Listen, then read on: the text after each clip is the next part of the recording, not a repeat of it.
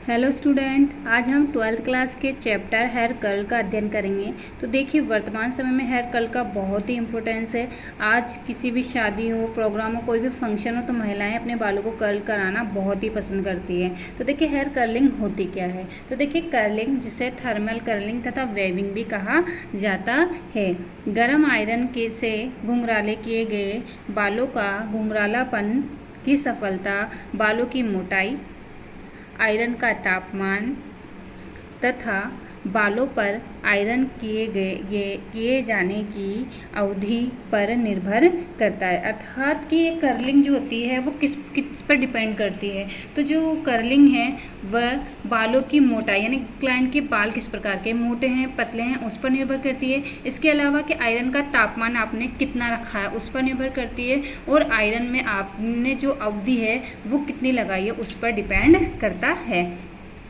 Next देखिए कि curling iron को पकड़ने की विधि, यानी सबसे पहले कि आप जब कर्ल कर रहे हैं तो आपको कर्लिंग आयरन पकड़ना आना चाहिए। तो देखिए, हमेशा जब हम कर्लिंग आयरन पकड़ते हैं तो हमेशा अपनी अनामिका उंगली यानी कि अपनी रिंग फिंगर और कनिष्ठिका यानी कि अपनी छोटी उंगली का प्रयोग करते हैं। नेक्स्ट देखिए कि जब कर्लिंग आयरन आप बालों को कर्ल करने जा रहे हैं उससे पहले आप कर्लिंग आयरन को खोलने, पकड़ने और बंद करने का अभ्यास अवश्य करें।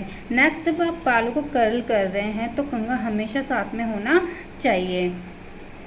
आगे देखिए सामग्री, यानी हमें बालों को कर्ल करने के लिए कौन कौन सी सामग्री की आवश्यकता होगी। तो सबसे पहले देखिए शैम्पू, यानी क्लाइंट के बालों को शैम्पू साफ़ करने के लिए शैम्पू करना, और क्लिप, बालों की सेक्शनिंग करने के लिए हमें क्लिप की आवश्यकता होगी। हेयर ब्रश, कंघा, सीरम, टॉवल और कर्लिंग आयरन की हमें आवश्यकता होगी।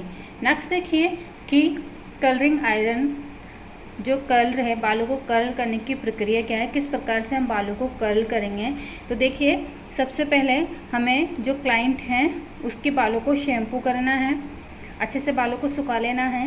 नेक्स्ट देखिए, बालों की सेक्शनिंग करनी है, बालों को सेक्शनों में डिवाइड करना है और क्लिप से लगा देने हैं।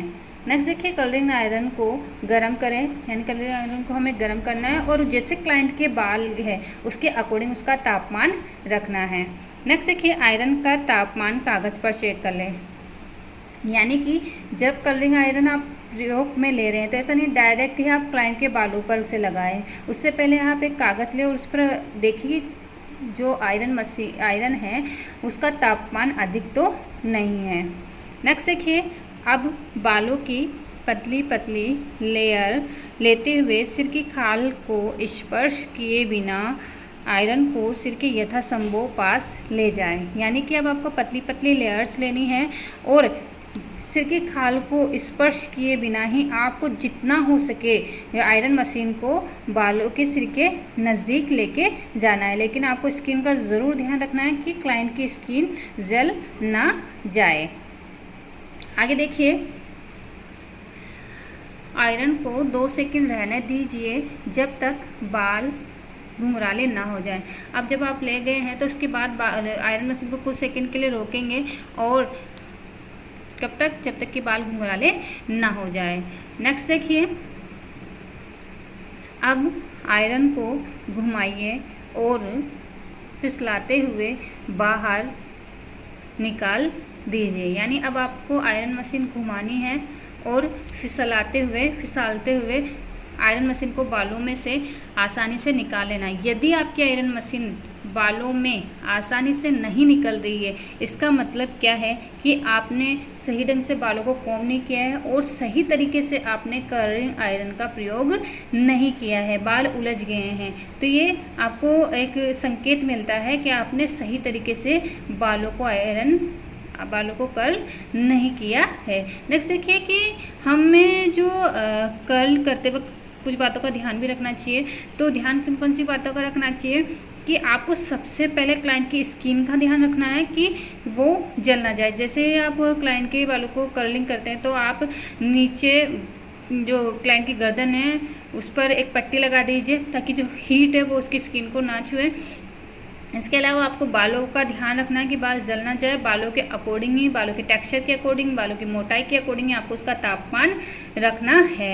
नेक्स्ट देखिए कि आपको जब भी आप बालों को कर्ल कर रहे हैं तो बालों में शैम्पू अवश्य करें। ऐसे नहीं कि जो बाल हैं वो बहुत गंदे हो रहे हैं, ऑयली हो रहे हैं और आप उस पर कर्ल कर रहे हैं, तो आप बालों को शैम्पू अवश्य करें।